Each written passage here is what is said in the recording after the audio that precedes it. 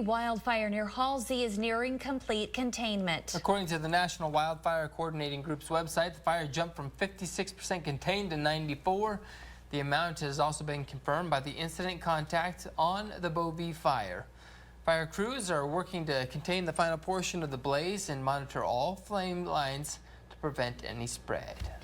Already mourning the loss of a friend, some Sandhill ranchers now take stock of how fires have devastated the land. They depend on the grass for grazing cattle. And as Steve White reports, fires add insult to injury in this drought-stricken region. Some ranchers say this year is even worse than the last major drought of 2012. And wildfires are just another setback.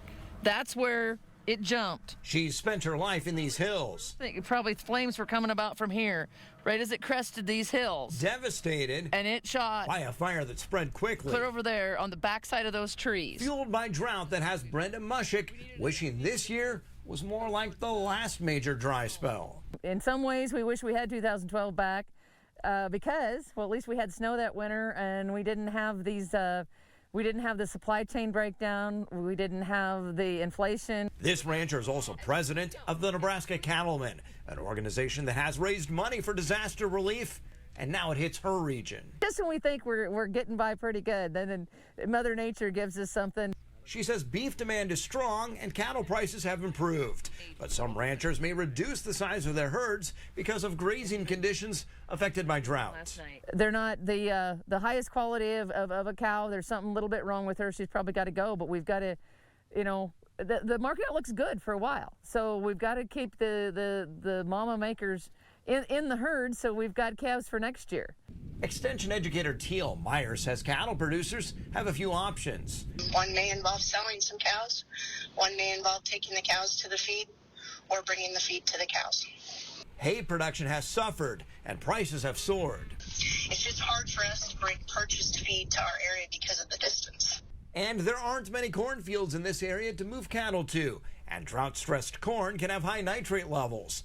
And for those who look out on fire-scorched hills, they may have lost fences, something they need to document in hopes of federal help, while hoping winter brings moisture. If we don't get snow cover, this could be ugly. We're going to see a lot of bare ground. It's just not feasible to cover all that ground with hay, especially with the price of hay. So there's going to be a lot of blowing sand in our area this winter. Mushik spent hours helping her husband fight fires, then ran home to move cows, and says many stepped up to help. Helping me move cows, and it's just priceless what the art of neighboring still has in Nebraska.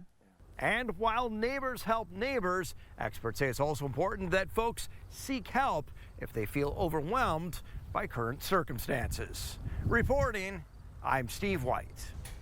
These fires are the latest setback to ranchers, and we spoke with Nebraska Extension's beef educator in the Sandhills on the toll it takes. Sandhillers are pretty resilient. They're already working towards getting fences mended. I know one rancher affected by the fire had to ship calves the next day, and you know, I think she said they got to bed at 6 and got back up to 6:20 to ship out calves. So talk to your neighbors, talk to your friends, talk to a pastor. The rural response hotline, it's the thing to do, especially if you're feeling awkward about it, because it is confidential. The hotline can connect producers with various resources, including emotional support for those experiencing anxiety or emotional distress. There may be financial assistance and disaster relief as well. The hotline is free and confidential. If a phone call is not enough, you can find more information on our website or the NTV mobile app.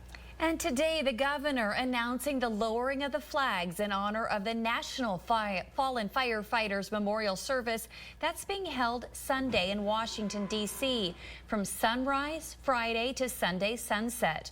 All U.S. and state flags will fly at half-staff in honor and remembrance of 4 brave men who gave their lives fighting wildfires in Nebraska this year.